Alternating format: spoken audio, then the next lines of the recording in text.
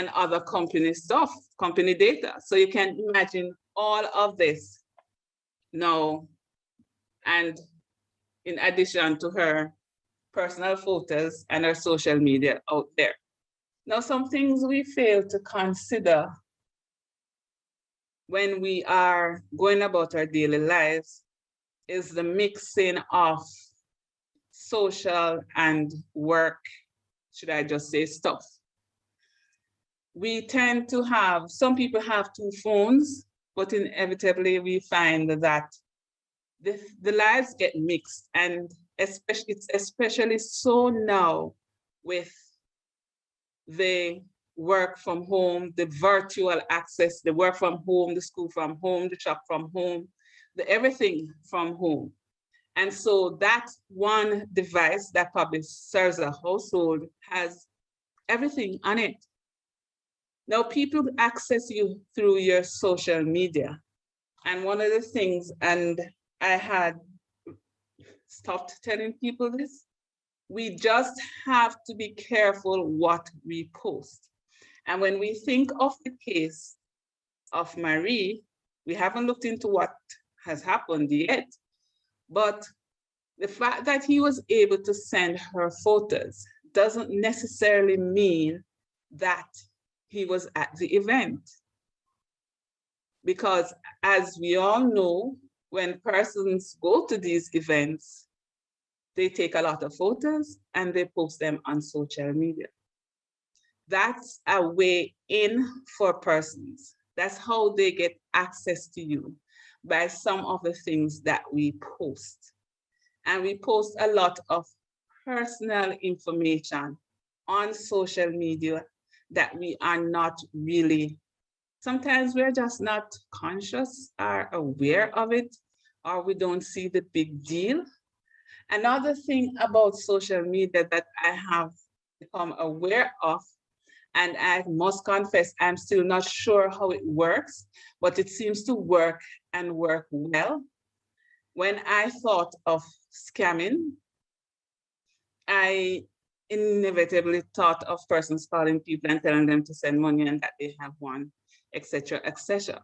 But I understand now that they're using the social media platforms to contact persons for different things.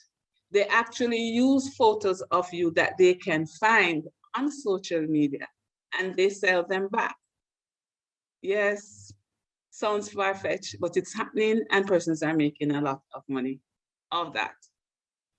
But that is for a different time. When we think of our PINs and passwords, I had no idea. I knew it was bad, but I didn't realize it was this bad. Persons reusing their passwords. And so I've moved on from telling people how to create a password and create a good password and all of that, to telling them not to share their passwords. And by share, I mean across platforms. So persons use the same password for banking that they use for Facebook. And they tell you quite innocently and honestly that they really can't remember all the passwords that they're required to remember. Our PINs, it's the same thing. We use our database for every PIN that we have to enter because it's the easiest thing for us to remember, but it's also the easiest thing for a social engineer or a hacker or anybody with malicious intent to have access to.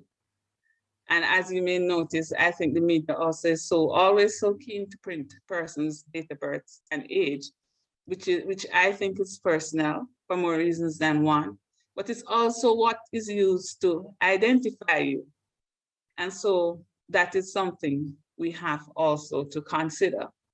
Links in emails and messages.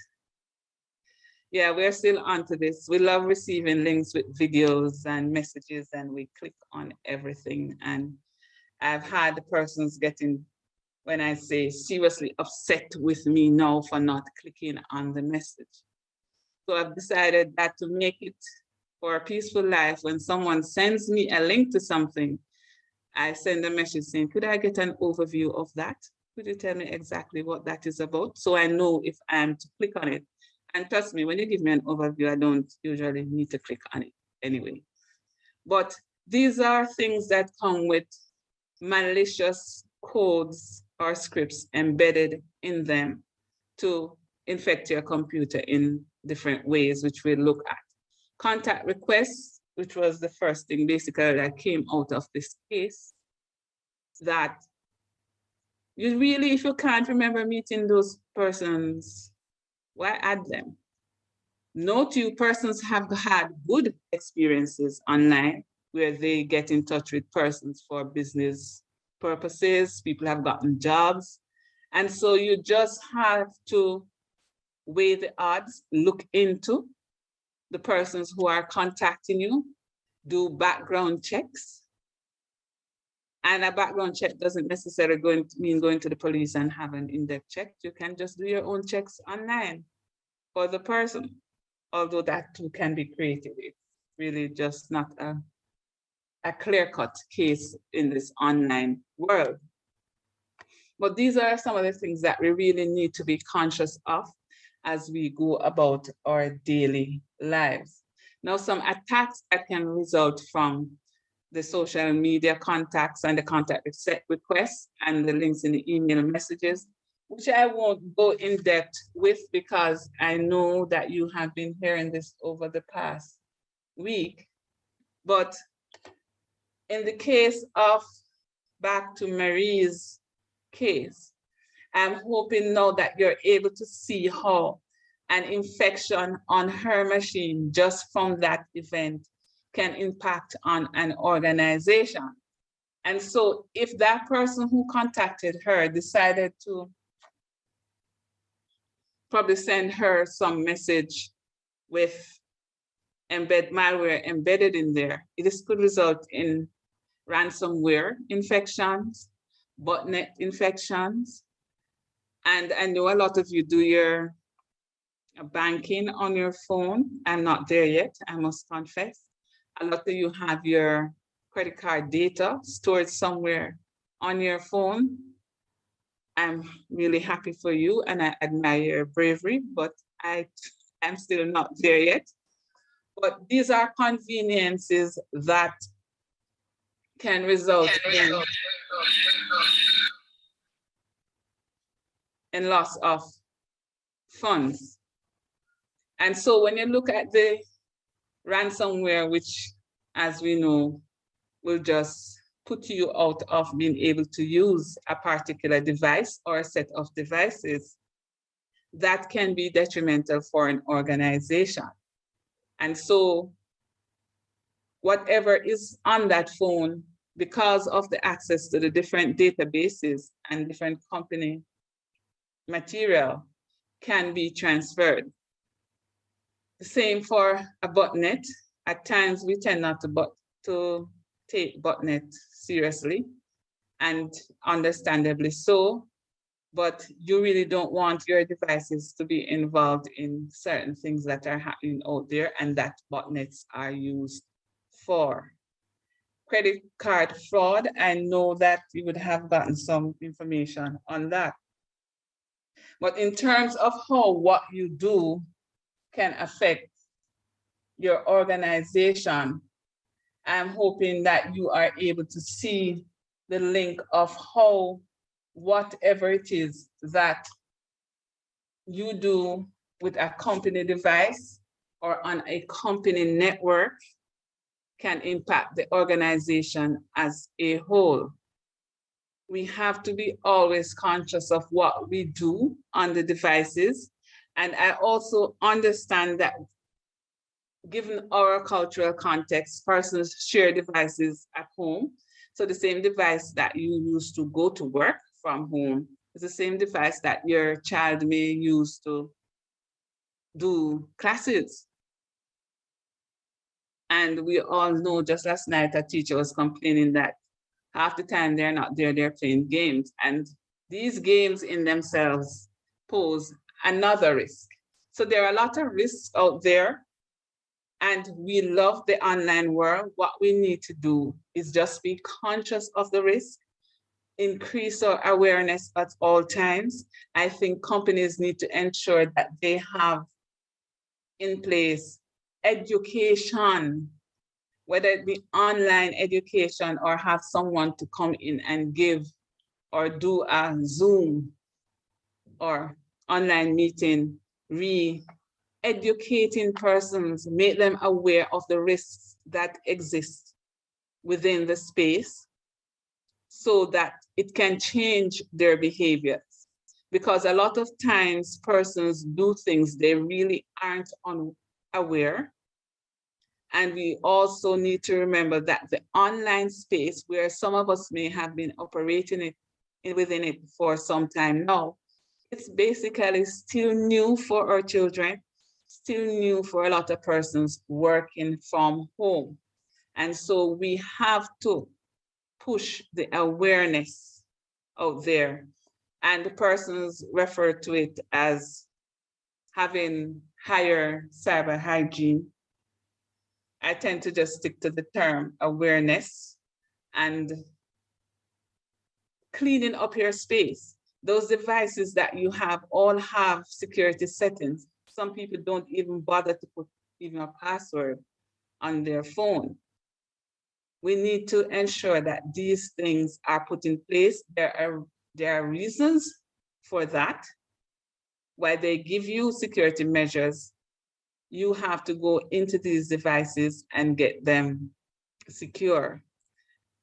The matter of Wi-Fi and free Wi-Fi, which has been a pet peeve of mine. When companies offer free Wi-Fi, they need to have even a basic login.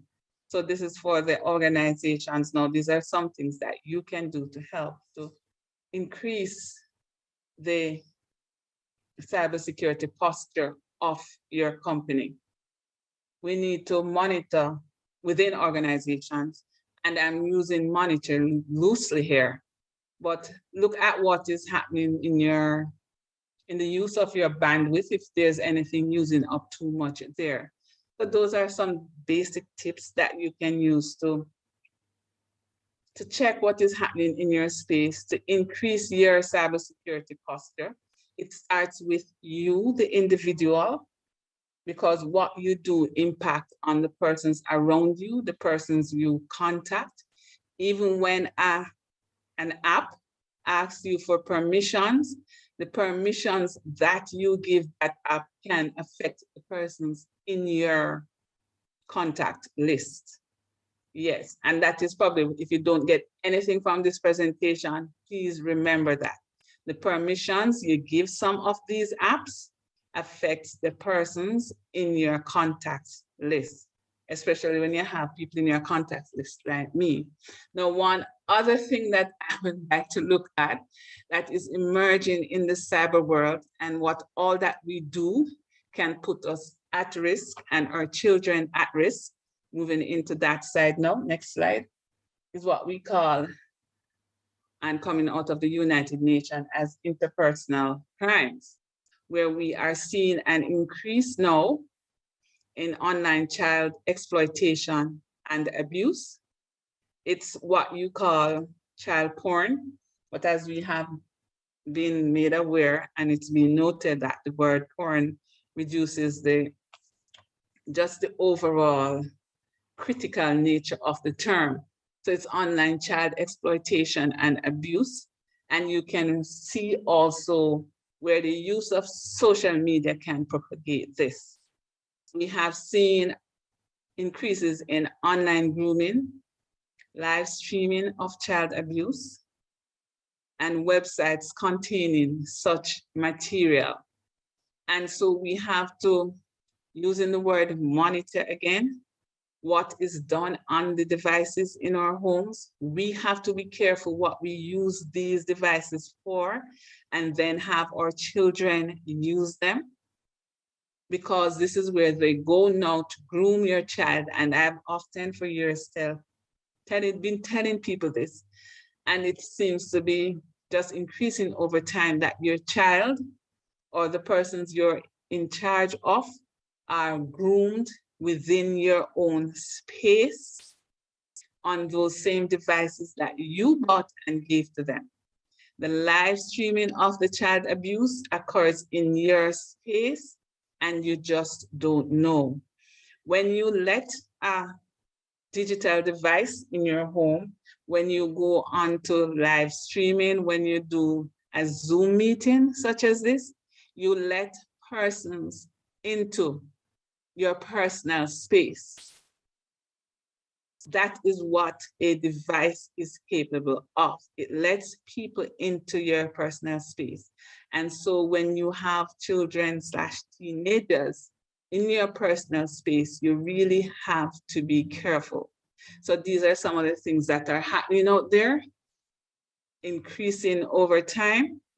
And I'm hoping that persons will just have even heard, think I'm paranoid, but will have it stuck in the back of your mind that these things are happening and look at ways in which we can reduce it. There's also the proliferation, which comes under this, of online images, which are now linked to human trafficking.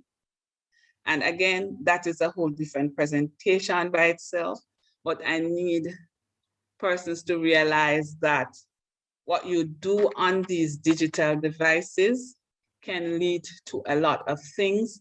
And therefore, there is need for us to increase our cybersecurity posture or cybersecurity hygiene, whatever term you use.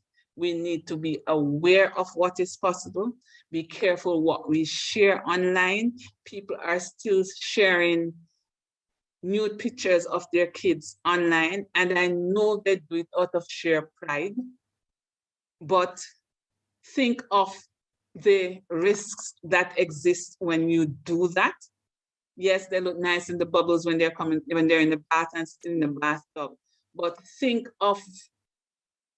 down the line of the effect this can have on them. It may be as simple, well, the word simple doesn't come anywhere here. It may be as basic as cyberbullying, which can lead to a number of other things. And so as adults, as persons working in organizations, we just need to be conscious that these devices are quite useful to us. I can't imagine life without them, but we also need to be conscious of how we use them. We have to think of security in the online world. How can we protect ourselves and the persons in our space? You'll see there gender-based cyber crimes, which is another topic that is coming to the fore because we are realizing now, and the data is showing now, that females are targeted for certain types of cyber crimes online. Just thought you might need to know that. You can do some more research and work into that, or you can get me to tell you more about it. But these are just some of the things that I wanted to highlight as rationale for cybersecurity, as reasons for you to actually listen to these presentations and take the advice seriously that you're being given, because we need to protect these wonderful little devices that we have been given that give us access to the world. We can stay in one place and get things from anywhere else in the world. We need to be able to protect ourselves because not all of us think the same. We are thinking that we love the convenience of what we can do, but there are other persons out there are thinking like, wow, I have an increased attack base to be able to make some money, or to, when it comes back down to that, to get a child to sell or to put on the black market, or to be able to commit credit card fraud or all of that. So these are the risks now that exist. It's a different type of risk that we need to be conscious of. I thank you. Next slide. Next slide.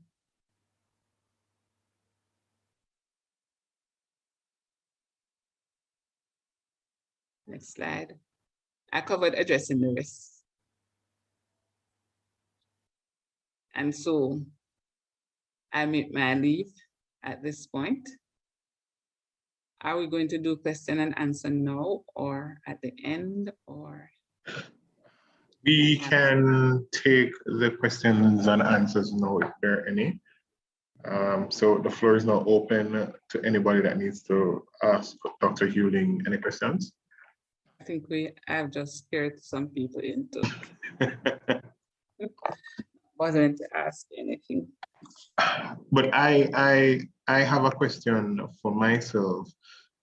You mentioned children being at risk in the home, and to the little I know, that sounds like it's something that leads up to human trafficking. Is there any data that you have that has a correlation directly between the inaccurate use of technology and human trafficking?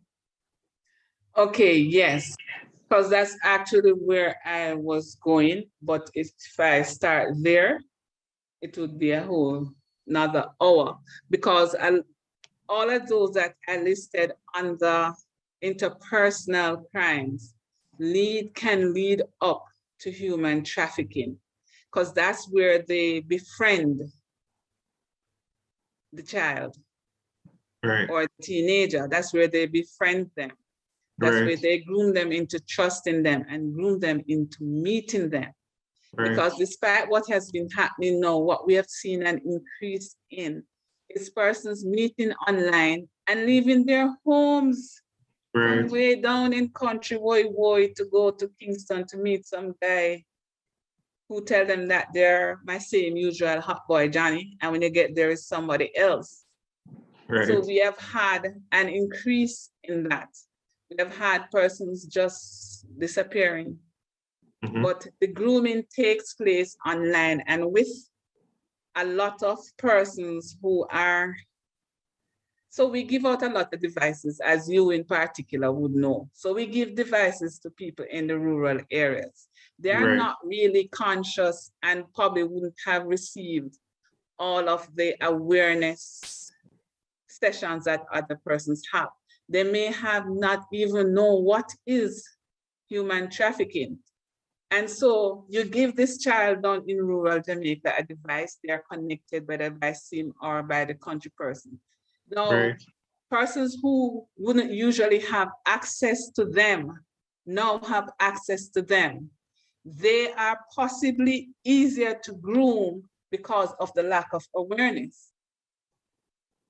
And so that is why when we say there's an increased attack base, that is one of the places where it has increased, because the grooming and the social media scamming that I really didn't want to get into is directly related to that, where they have the girls pose for these different pictures, and in some cases they pose off their own will and post these pictures, and the guys are now using these pictures, one as blackmail, and two, they're selling them online.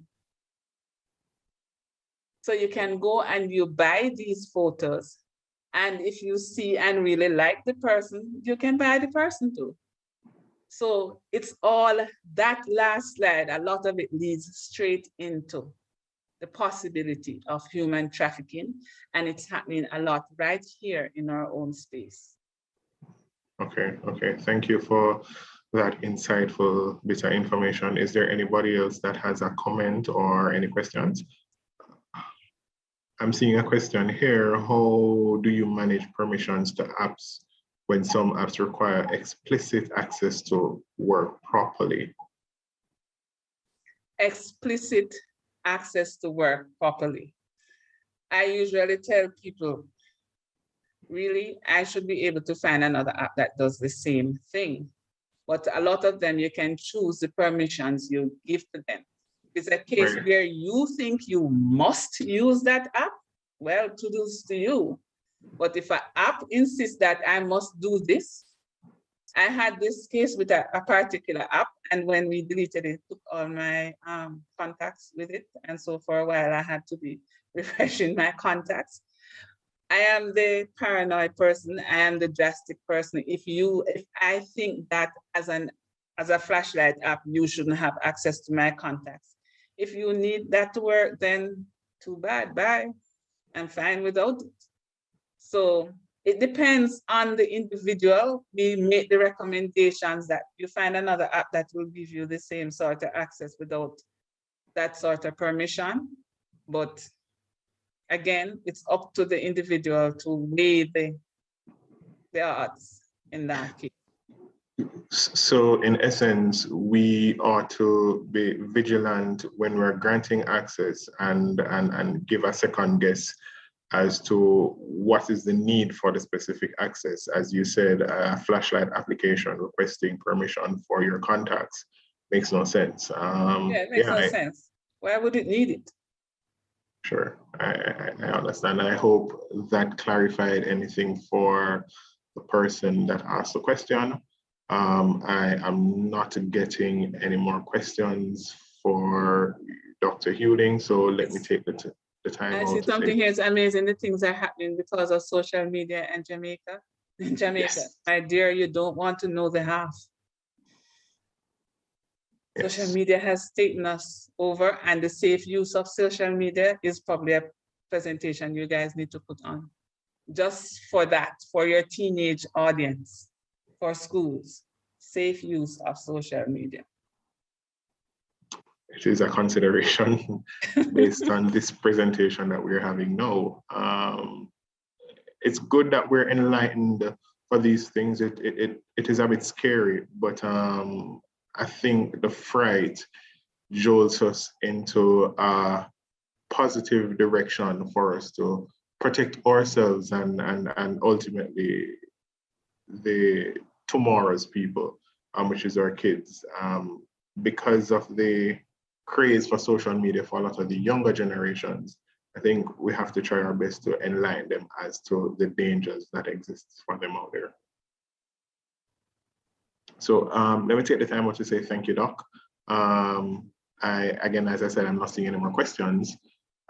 So I appreciate the time you took to present this presentation to us. I know it was enlightening. I know persons would have learned a thing or two or would have been informed of what's happening in the space. So I thank you for that presentation. Greatly appreciated. Thanks for having me. Have a great one. Thank you.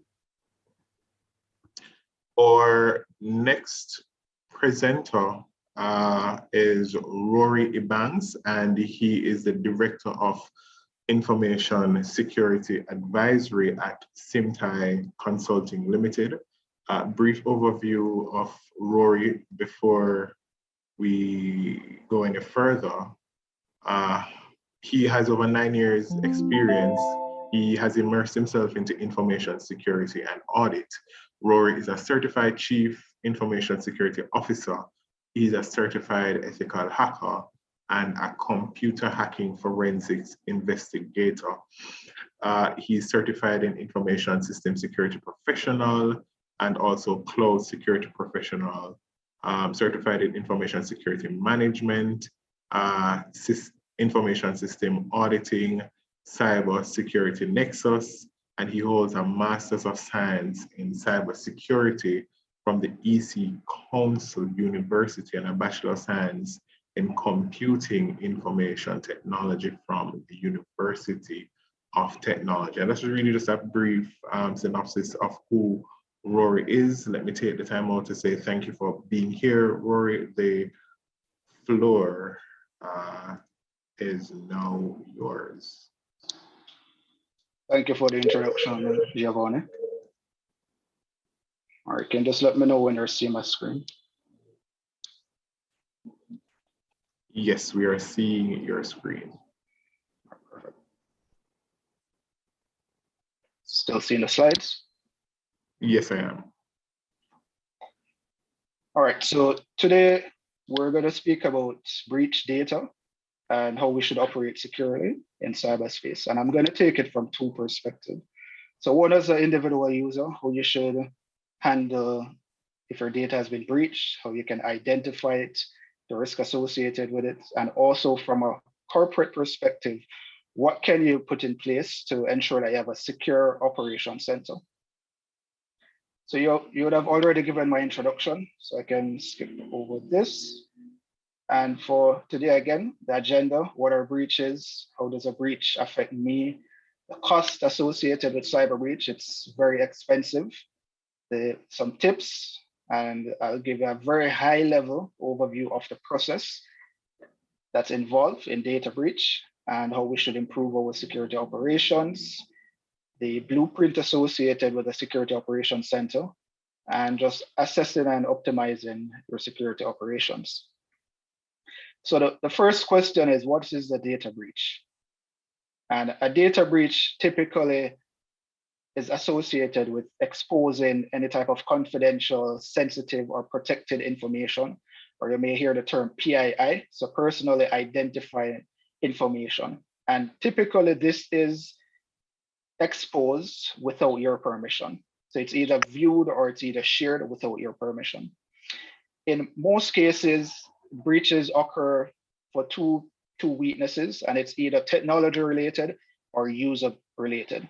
So technology meaning IT technology, so a phone, a computer, a laptop, a website, the application, and the user, you're the end user. It may be intentional or it may be unintentionally, but in most cases, these are the two main areas where data is breached. Traditionally, we would have defined personally identified information such as health records, credit card numbers, social security numbers, your TRN, your name in some instances. But however, this has shifted since we're now in the 21st century, and attackers are now looking for even more information, such as like your email address, your browsing history, your search history. All of these are now classified as personally identifiable information. If you look on even your smartphones, at times you will sync up some of these information to your different cloud platforms or cloud providers. So you may have your Gmail account and you sync all of your Google Chrome search history and all of that information. You may even sync your passwords to the devices. And you have to be very careful in terms of how you protect this, because if there's a breach with one of these companies, then that leaves your information exposed. And if you don't know what information you have shared or which information you have allowed them to access, then that's a big risk area right there. We can even look on like smart homes. So again, we're in the 21st century. More and more these technologies are becoming common. And things such as smart homes have typical gaps that if they're not corrected by the user setting it up, they may leave you and your entire family at risk. And hackers can take advantage of this, since the new digital products and services and tools are being used with minimal security testing at times, because they just want to get things out there. So like you may get a smart camera and you connect it to your home, but it comes with a default credential. If an attacker knows that, then they can typically gain access to the device. And once they gain access to it, then they can either look and see what you're doing. They can record your information. They can record you. They can record very personal and sensitive areas of your house, of your home. And it's very limitless. So what's always recommended is know the type of data that you have, know where you're entering it, and know what you are allowing to be shared with all the different applications, all the different apps that are out there, all the different services that you sign up with. Even when you're registering for let's say a service, it asks you for so much sensitive information at times. Do you actually know how that information is being protected? And just remember that question.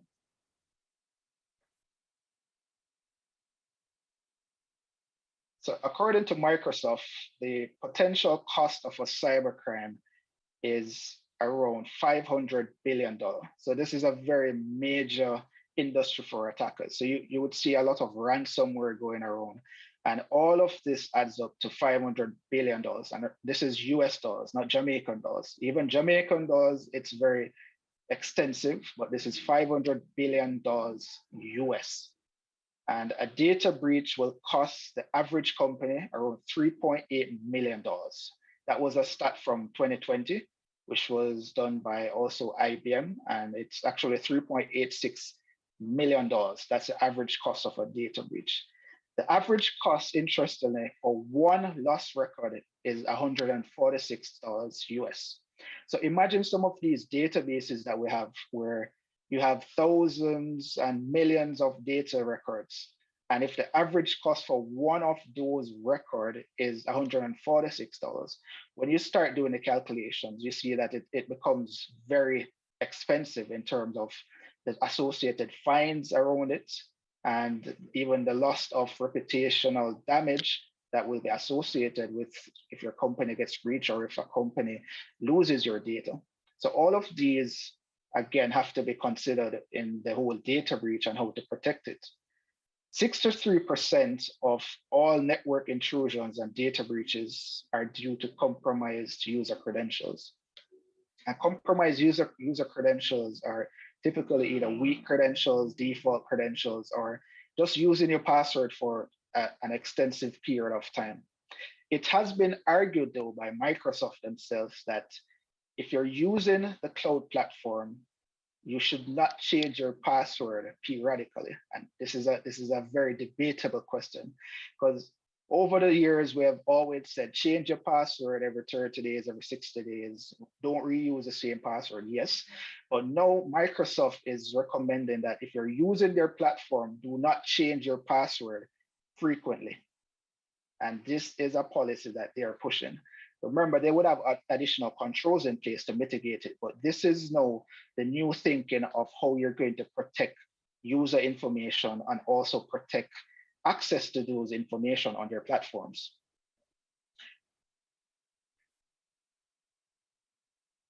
So how data breaches typically happen are, we can say maybe four main areas again, and it's again an accidental insider, which we spoke about. And this can again be intentional or unintentional. So for example, let's say you have an employee and they're using their co-worker's computer. So they may be just showing them a video, a YouTube video, or just showing them a picture. And an email pops up or a file pops up, and that user then reads that information. That right there may be a data breach, depending on the type of information that they read. It could be the salary information, it could be some email that is very sensitive to them. But again, that may be an unintentional way, but it is from an accidental insider perspective. So no information was shared intentionally, but they were literally around the machine and they just saw a file or saw an email that popped up and they read it. Could be someone that has malicious intent and they are from an insider. And this person actually has legitimate access to information. However, they would then share it with the intent of either causing harm or to gain financial benefits. And this is to harm either the individual or a company. Then it can be either through lost or stolen devices, which are also unencrypted or unlocked. So for example, you have your mobile device, if you don't have any password controls around it, any biometric security around it, and that device is lost, or if it's even stolen, what is really protecting the data that you have on it?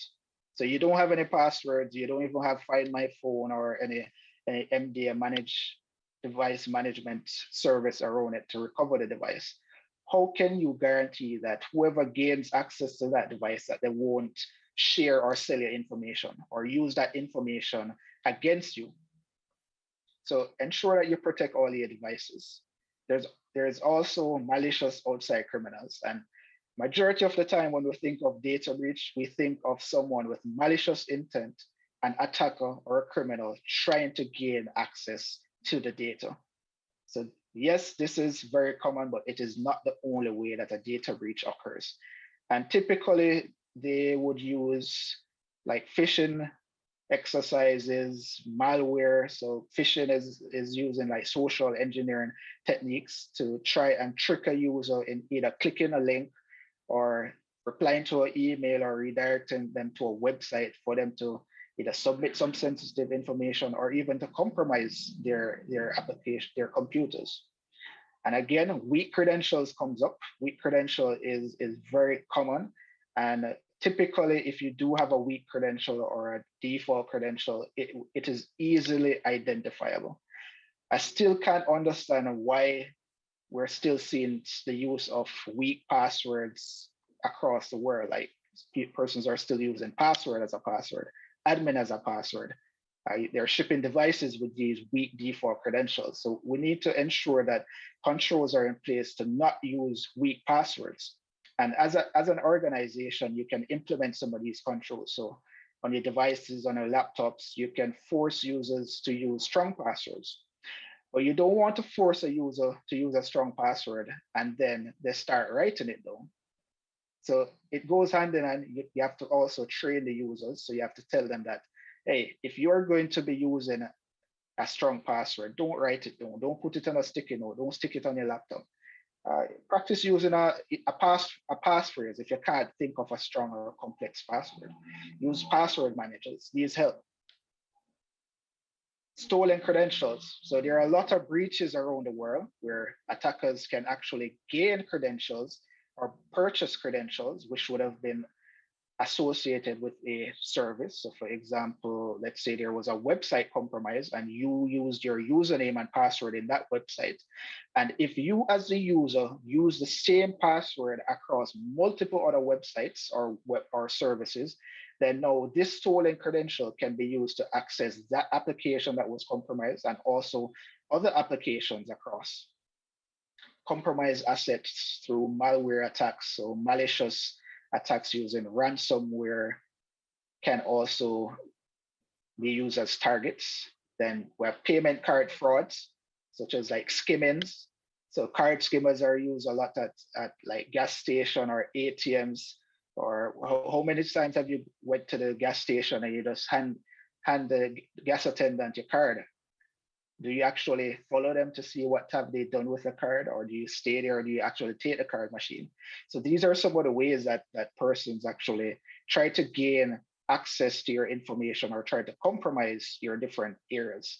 Third-party access. So if an attacker can't directly compromise you or your organization, they can take a different perspective. They can say, okay, we know that you use this company as a vendor, as a trusted vendor. They would now try and target that company or that third-party vendor and find a way into their system and then gain access to your system because you would have already given them legitimate access. It could be either through a VPN, it could be either through access cards. So these are different ways that attackers think of ways to compromise or target different criminals.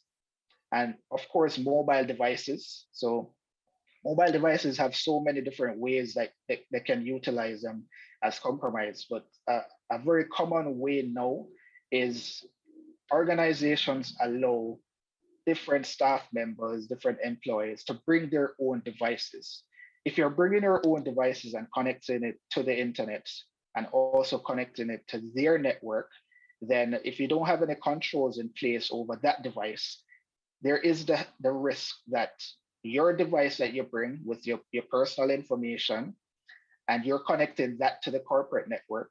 If there is a lack of controls in place, then if your device gets compromised, it can spread and compromise the entire network itself. So the cost of cybersecurity breaches, it can become very significant. And it's not only just financial loss, but there's also the loss of customers. So if you have a business and you get exposed to data breach or you have a data breach in place, majority of the time, you will lose customers. You will also end up losing revenue. It could be because of system downtime. You can also get fines. So GDPR, you have PCI related fines, you have different types of fines that can be associated with a data breach and your reputation will be damaged. corporate wise and even personal wise.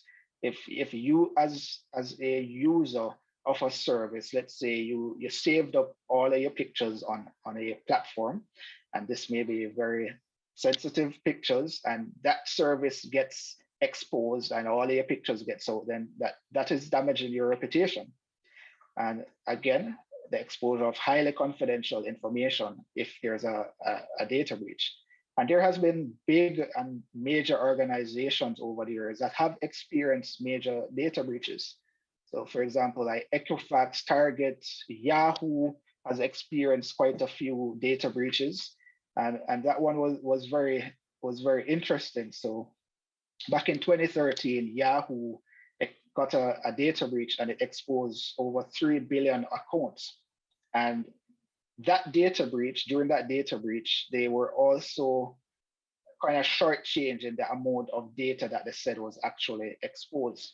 However, in December 2016, when they were in discussions of becoming acquired by Verizon, the estimated amount actually increased in terms of how many customers were impacted. And what resulted from that is the purchasing company reduce the amount of money that they would have paid Yahoo, because they said, hey, you have all of these different risks out there. You have all of these customers' information out there.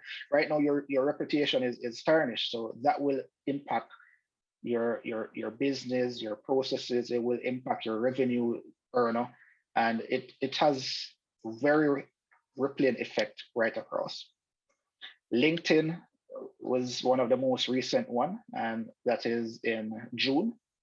And about 700 million user information was shared or was mined, as they call it. So LinkedIn is saying it's not a data breach, and it's not really a data breach, but what happened is attackers use scripts to pull public information that customers of the platform would have made somewhat public, or they would have said that, hey, my name, my phone numbers, all of this information, I've allowed LinkedIn to have it in that space and they can share it. But the attackers actually mined even additional information from that. But look at that, 700 million users were affected. And this is just a subset of some of the companies that have been impacted. And as you see, these are major companies with a lot of resources in terms of financial power, and they're still experiencing data breaches. And I know that majority of us also utilizes some of these platforms. So we have to be careful with the information that we put up there. And if there is a breach, you need to ensure that you, at a minimum, change your passwords right after the breach occurred. Because you don't know what happened on the system, what type of information was actually shared or was actually stolen. This is a platform that I'm going to recommend for anybody that can use it. So Have I Been Pawned? And it's very interesting. So to find out if your personal or work accounts have been compromised, you can literally go on this website and enter the information. So I'm just going to show you. So you go to haveibeenpawned.com.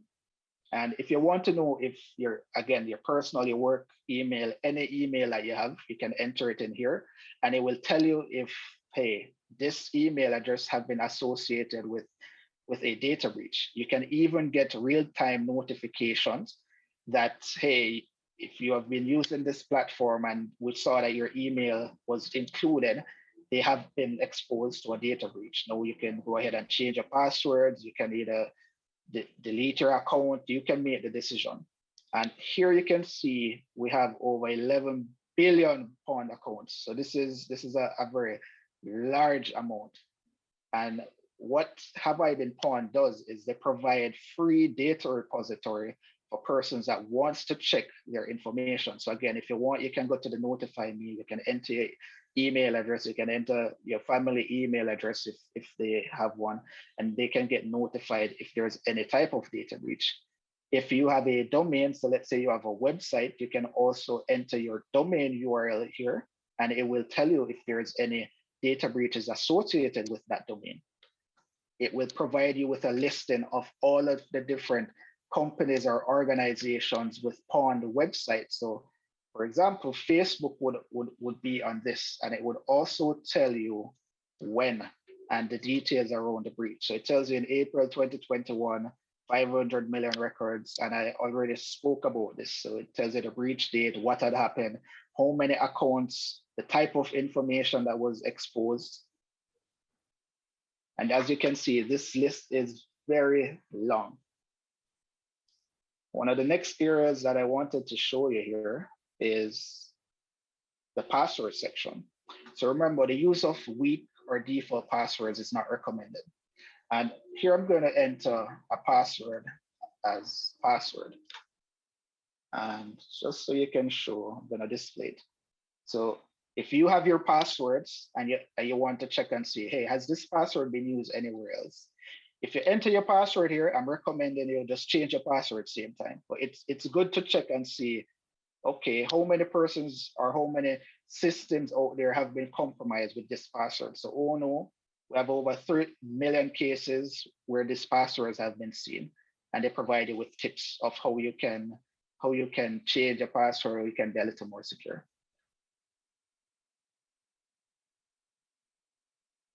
All right, so some additional data prevention tips that I would say: ensure that you patch and update any software that you have, any applications. It could be your phone, your laptops, any type of applications that are installed on it, your operating systems. As soon as they're available and they're stable, continuously update your software because they fix vulnerability weaknesses. And you need to ensure that you're running the most latest and stable version of these different softwares so that attackers can't exploit the weaknesses. Physical security is also important. So you need to physically secure the areas. It could be a breach area that has been previously impacted. So let's say your home was broken into. You need to secure that home. If there was some type of information that was stolen, you need to ensure that you have secured it. Your data needs to be encrypted, and I recommend encryption right across. So in transit, at rest, when you're deleting stuff, delete it securely. So right across the spectrum, ensure encryption is being used. You can also look on the different types of websites or web services that you're using, and just to ensure that encryption has been considered. Continue to upgrade the devices. So if a application that you're using is no longer supported or a device is no longer supported, try and upgrade it. It doesn't make sense you keep a device or application that's unsupported because there won't be any more security patches or fixes that are associated with that device. And we spoke about the BYOD policies. So if you do have customers or if you do have staff members that are going to be using BYOD, then ensure that you have at a minimum a security policy that defines, hey, you must comply to password policies, you must have an antivirus, you must have VPN in place, you must have these different types of security devices. Some companies even go to the extent of saying, hey, you must install my monitoring agent on your device if you're going to connect to my network. Strong credentials, I can't stress this anymore. You need to ensure that you have strong passwords being used, and I recommend over 15 characters because it's more difficult to be brute forced or to be broken or to be reverse engineered. Utilize multi-factor authentication, two-factor authentication. You can either use a application such as maybe like a Google Authenticator, Microsoft Authenticator. They have so many different types of two-factor authentication apps. And what this does is it generates a key each time you're logging into a service. So if I enter my username and my password correct, it will challenge me for a security code or a security token. And again, you have different types. Some of them may send you an email to confirm, or they may send you an email or SMS with a code for you to enter. But enable these, try and enable it with all of your accounts, all of your email accounts, all of the websites or the web applications that you're using. Because again, it's additional layer of security, and this is what we recommend. Encourage users to use a password manager. So remember, I said a minimum of 15 characters long. It's going to be difficult for you to remember 15 characters across all your different services that you're using. So try and utilize a password manager. They have free password managers. They have corporate related password managers that you can use. And once you start using it, you see that it becomes easier for you to function, to not worry about, hey, is my password strong enough? Will someone easily guess my password? Or is your password simple or too simple or commonly used? Remember, if you use the Have I Been Pawned website, and if you enter one of your passwords here, you can see if that password is being used by X amount of persons. So it's more difficult for you to use a strong password that's generated by a password manager for someone to break into it. So majority of my passwords, I don't know them. I literally utilize a password manager, generate a very complex password. At times I generate passwords that are even too strong for the application to process it. So, but I do recommend over 15 characters. Utilize a firewall, antivirus software, any type of security related software or product to secure your devices. Again, they have free devices out there. Even your iPhone, your devices such as your laptops come with firewall built into them that you can leverage. Practice the principle of least privilege, and what this relates to is if you don't need to have the highest privilege of your device, such as administrator privilege or root privilege, utilize a lower level account, and whenever you need that high level privilege, then you can enter that credentials. Because if you continuously operate at a high privilege on your machines, then an attacker would be able to execute different type of exploits on that machine and fully compromise it, which would expose you, your organization, and even additional persons that may be using your system. Dr. Monifa also touched on this about reviewing the app privacy settings. How many times have you been installing an application and you see that, again, your flashlight want access to your contacts, they want access to your camera, they want access to all of these. Why does it need access to this type of information? You need to question that. If you can't deny it and proceed, then just deny it and don't allow it. But you can even go a step further and look at privacy settings and permissions. So if you have an application and you're installing that application and it says, okay, do I need to provide any type of dump information, or do you want to share any diagnostic type of information with it? Why are you sending this type of diagnostic information? What is it sending? Is it sending your IP address? Is it sending your username? Is what type of information is it sending? So you need to review those type of permissions also, just to ensure that you're covering yourself and you're not sharing any sensitive information. Be cautious when you're sharing any type of PII related information. And PII is very broad and it is continuously expanding. One of the things that I always find funny is when you call into a call center, let's say for internet banking, and they're going to ask you your security questions. And literally they're going to ask you, okay, what's your name? What's your phone number for a callback, right? And you provide that. Those are two factors already of your PII that can be leveraged depending on where you are when you make the call. You need to ensure that no one is around you when you're speaking this information. Then they're gonna say, hey, I need to do a security verification. They ask you maybe a date of birth, where were you born, your last few transactions, your mother's maiden name, whoever is on the account, and depending on who you're telling this information to, if they have malicious intent, they can record that information and then potentially perform transactions or try to authenticate to your platform as you. So again, it's very scary. It's difficult to get around because you have to find a way to validate persons. And that is the factors that has been utilized across multiple financial institutions, not only in Jamaica, but globally. This is a global practice.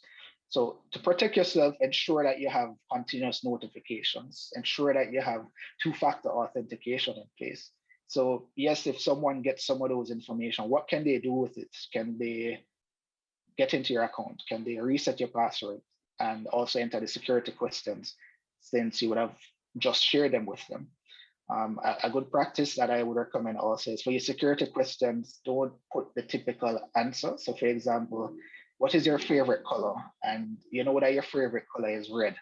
Don't put red, put pink, put put blue, put something different. And in some cases, you can even put a number at the end. So you may say blue 26. And that makes it even more difficult for someone to guess that security answer. Educate employees and users. Education is always important, and it is always the way to go. So you need to educate everyone, and that is why we're having this session right now. Education is continuous. Even me, my company, my staff, we always try to educate each other. We literally have sessions every week, set sessions that we do security awareness related training, tips. So it's always a continuous process for education. You can't be too big, or you can't say that you have learned enough, you don't need to learn anymore.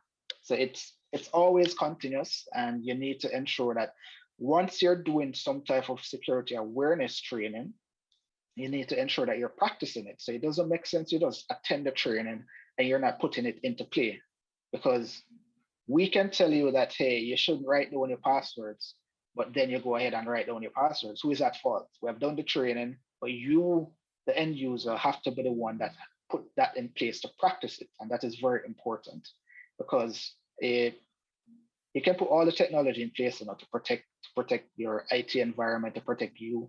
But if you, the user, does not do the necessary steps to protect yourself, then that is the weak link right there. So we have went through the life cycle of data breaches. We have given examples. So if a data breach happens, what are the steps in collecting data? And these are the 5 very high level evidence management steps to follow or process.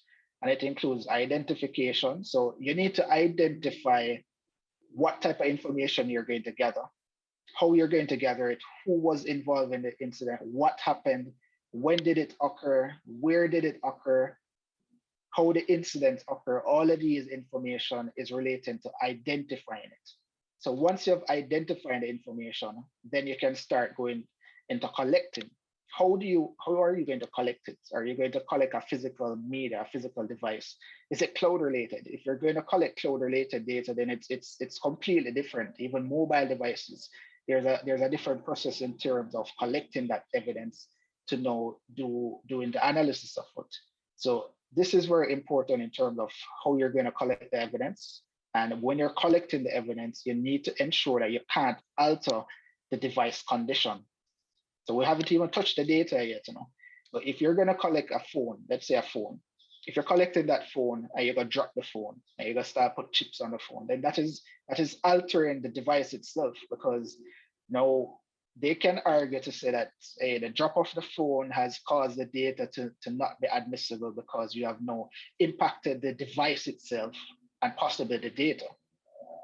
So after the collection of the device, we now need to acquire the information that's in it. And this is done through forensic analysis. So the process of getting the data off the device may be different, again, between different types of devices. So you need to ensure that you're not manipulating the device once you're acquiring the information from the device. So it must be able to take a forensic image where the image is what you're going to use to do your analysis of the data breach. Then preserving that data, preserving the information, preserving the device, you need to ensure that for further investigation purposes, the device itself is physically locked away or digital storage devices are protected. And it is not integrated back into the initial forensic image that was taken. And at the end, you need to do your analysis. So either the staff member on hand or external consultants that you may have or hired to do the investigation would then need to do an analysis of the data collected. And it may be for a legal proceeding, or it may only be for corporate proceedings where they're not going to go to court, but they just want to find out what exactly happened in this investigation. And the data breach process at a high level. So we're going to ensure that you have to move quickly to secure your systems and fix the vulnerabilities, because after you've identified the vulnerability, you need to ensure that you can fix it very rapidly. You need to ensure that you can plug the hole.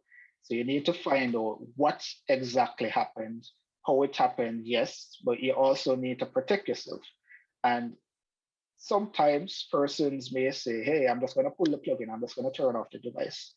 Don't be that dramatic or that drastic step as yet, because it's going to impact the forensic state to investigate the information. Again, protecting the physical related breach device. So you need to lock them away. You need to mobilize your team. If you have a team on hand, then you can utilize that. Or if you need to contact a government agency, or you need to contact a company like us to assist in doing this type of investigation, then you can go right ahead. And ensure that you assemble a team of experts. And this can include both internal persons and also external. So the experts may be your IT department, your HR department, your communication department, you may have a forensic team. So ensure that everyone is involved in the process without sharing too much information. Again, identify your forensic team, consult with legal counsel if required. You can also try and stop any additional type of data loss. So if you identify that, hey, someone compromised the system and they are now moving data out of your environment, you need to stop that move. You need to closely monitor it and stop that data from leaving the environment. So you can have different steps that you put in place to do that, but that is what is required and that is necessary. So you need to ensure that you can protect yourself from that angle also. And just remove any type of information that would have been posted out there. And it depends on how you manage your website, because if the data breach involves any PII related information posted on your website, then you need to remove it immediately. So you need to either take down that site, don't let anyone public access it. You also need to take into consideration that that data may be cached on the internet for a period of time. So you need to contact like search engines and try to get them to get rid of that information. Don't archive the personal information. And what is also critical is to interview whoever discovered the breach. And you need to do that very quickly. So you need to find out exactly how did they identify what happened, what was involved, what was included. All of this information is very critical for you to be able to paint a good picture of the entire process. And remember, don't destroy any of the evidence. All right, so see, I'm kind of running out of time, but very quickly, we just want to touch on how to improve your security operations. And again, some of the key challenges pertaining to this is that about 60% of organizations would say that security operations team have little understanding of each other's requirements. And it is true to some extent, because at times the typical security team may be operating in a silo, or they may only be focusing on certain areas of the business. But for you to have a truly effective security operations team, and this is from a corporate perspective now, they have to be operating together. They can't be operating in silos. Everybody needs to be operating as one unit. So all of the barriers have to be broken down, and you can't be separating how you're operating in terms of teams like that. So it limits collaboration, because a different team member may have more information than what you actually know about the issue. So you need to ensure that you can collaborate and include all of them. And remember that there are different stages in the cycle. So prevent, detect, analyze, and respond. There are some other challenges, such as the staff member, the security team member may not be as knowledgeable about the type of incident or about the type of breach that they're encountering. This may be the first time that you're seeing it, so they can't respond to it. You may have some failure in terms of how you evaluate and improve the operations team itself. So you need to ensure that there's continuous metrics in place to measure how good you're actually identifying and responding to these types of situations. So you can have tabletop exercises or run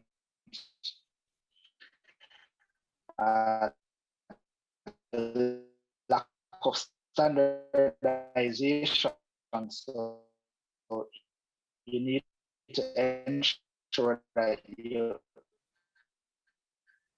you have policies documented, you have work plans documented, you have tabletop exercises,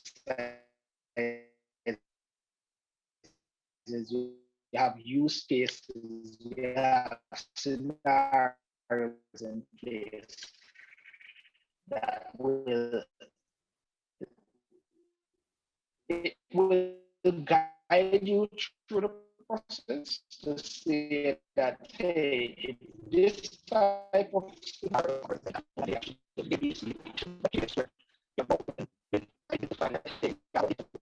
like all this versus like serious sport, like it should be a case where you identify the issues where you're making out, you should try and forecast some of these types of scenarios. And the knowledge that all your consultants and all these are actually accustomed to help, because you need to ensure that you're doing continuous testing and continuous regulatory types of obligations. So to meet, you don't want a case where, hey, I haven't done an annual test, I haven't done a penetration test in 3 years. Why is that so? You need to continuous testing. And this is just how to assess your security operations team. So it's 3 phases or 4 in some instances. And for phase 1, you have to assess your current controls in place. So how do you prevent the scenarios? And once you do that analysis, then you can then identify potential weak areas that you need to address. After that, you need to develop some prioritized focus areas, because single area, but you should be able to understand all of those areas. So it will take time for you to have a full-blown understanding of every single area within a business that you need to protect, or within your space that you need to protect. But you have to do that holistic analysis to understand how the business operates, what are the different areas, what are the different ins and outs, and how you can now protect those areas. Then phase 3 is where we're going to start operationalizing some of these different areas or different tasks. So now we're looking at the results, and we need to ensure that it's comprehensive enough for us to start making some decisions on it. So you're getting alerts, but what are you doing with the alerts? Are these alerts effective? Can these actually help you in responding to a real situation? And after you have made those, then you need to test it. So you need to do that tabletop exercise, or you need to do that simulation to say, what if a ransomware comes into my network? What happens? What can I do? How can I respond to this? What are the steps involved? Who are involved in the process? Should I just turn off my computer and go home and call it a day? Or do you actually have policies and steps in place to protect, or even to identify it? So those are what's involved in assessing the process. And these are just some comparative in terms of what is typically involved in security operations. And here on the left, you have some foundational items that are needed. So your detection, you may say IDS or IPS, the intrusion detection or prevention system. Log collection is very important, because you need to collect logs, and how you retain them is important. It would be good if you can have a SIEM in place, so a security information and events management tool to collate all of those logs in a central repository where you can analyze it. Vendor management, firewall, antivirus, patch management, all of these will assist in protecting and helping you to detect some of the types of attacks that are coming into your network. Once you have the foundation set, then you need to start operationalizing these. So to operationalize it, again, event analysts, you may have a dedicated team that's responsible for maybe threat intelligence, that will focus on just analyzing the events and the incidents, and looking at the logs, looking at vulnerability management. So I stated about periodic penetration tests, also periodic vulnerability scans. Are you going to do that in-house? Are you going to get someone external, someone independent to do that? These are some of the decisions that needs to be made, but it has to be operationalized. Hardening the devices. So yes, you have all of these tools, all of these products in place, but are you actually configuring them to the best ability or the best capability? change management. How do you make changes to your system? How do you implement these changes? How do you onboard a new user? How do you grant them access to systems? These are a part of your overall security posture, of your overall security lifecycle. The type of encryption that's been utilized. Are you stipulating that you can use TLS 1.0, which we know that, yes, it's a form of encryption, but it's not the most secure because it can be broken. Even stuff like checksum and hashing, all of these should be discussed and agreed on what we're doing. The cloud, are you going to the cloud? Are you using the cloud? Are you going to use hybrid options? How are you protecting your users that are utilizing the cloud service? How are you protecting or restricting someone from actually using a cloud product on your device? So can you restrict someone from utilizing a Dropbox, a Google Drive, or OneDrive with your corporate account? And then you have to be strategic about it. So now we have all of the processes in place. We have it operationalized. What is the big step that we're going to take? So what are the things that we're going to focus on? And the list is very exhaustive. And again, we can even become more strategic than that. But in summary, we, as a security operations team, we need to be able to detect, respond, analyze, and prevent. And there are some fundamentals that you must do. So real-time monitoring. It can't be a case where you're going to try and identify an incident, but it's going to be a week later. Yes, it's good, but that's still a week gap that you don't know what the attacker would have done within that time period. So it needs to be real time, it needs to be continuous. You also need to have monitoring and alerts in place. You need to be doing in-depth analysis of the different indicators and incidents. You may go a step further and do malware analysis yourself. You may do forensics on your own. You may also want to look at the network. So again, you yourself may be doing vulnerability scans or even self-assessment, check health. How are you going to respond to the incident? How are you doing your login and ticketing capabilities? So if you do identify an incident, what's involved in terms of you logging that incident and resolving it? And of course, you have to tune your software, you have to tune your solution. So you can't be rigid that you're saying that you're only going to operate like this and that's it. You have to find a way where there's a central balance in terms of how you operate securely. And that is it. So again, how can SimTie support you? So we do provide cybersecurity services. I'm responsible for that division, but there are other additional areas within the business: transformation, assurance, compliance, risk and data management. We also do training related services around data privacy. And we were founded in 1998, and we provide services across the Caribbean and regionally and also internationally. So that's it from a presentation. Thank you for listening. I hope it was enlightening, and we do have some time for some questions. Let's see if I can answer them.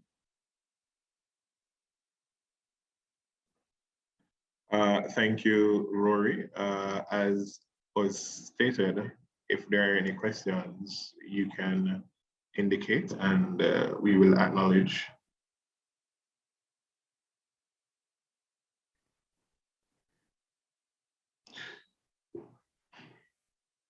While we await though, Rory, and a question that I've been asked multiple times, what password manager is the safest and best one to use? Frankly speaking, for now, I use the one that is associated with the Google. So that's how I go around getting these things. But what premium password manager would you, off the top of your head, recommend? That's very broad because they have so many different password managers in place. But you, as I said, you can use the Google one, you can use KeyPass, you can use the Key Vault. You can utilize LastPass, OnePass.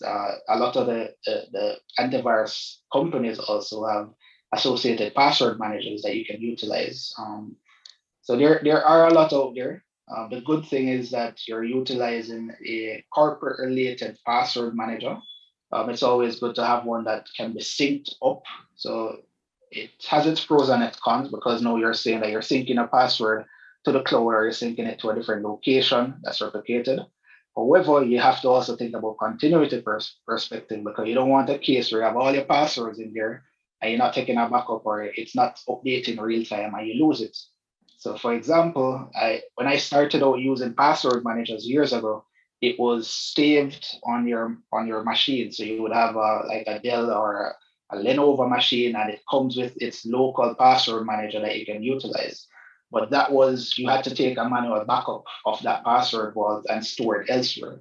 Well, nowadays they have password managers that is automatically synced, or it's stored in the cloud, or it's centrally managed.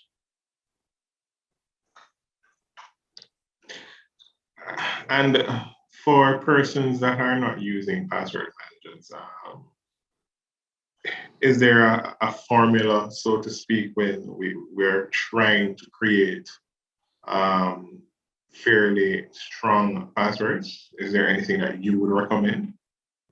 Yeah, so I do recommend over 15 characters long, but I know it's difficult at times. So that's why I say, instead of using a password, try and use a passphrase. So it could be a song, it could be a Jamaican slang, it could be a quote. Try and use something that you will remember, but the typical person may never say that this is a password.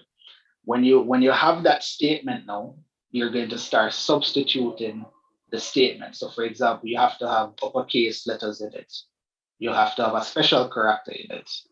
You need to have numbers in it. So it has to have a mixture of all of this for it to be termed a strong password. I'm not going to say fully secure, but it should be strong.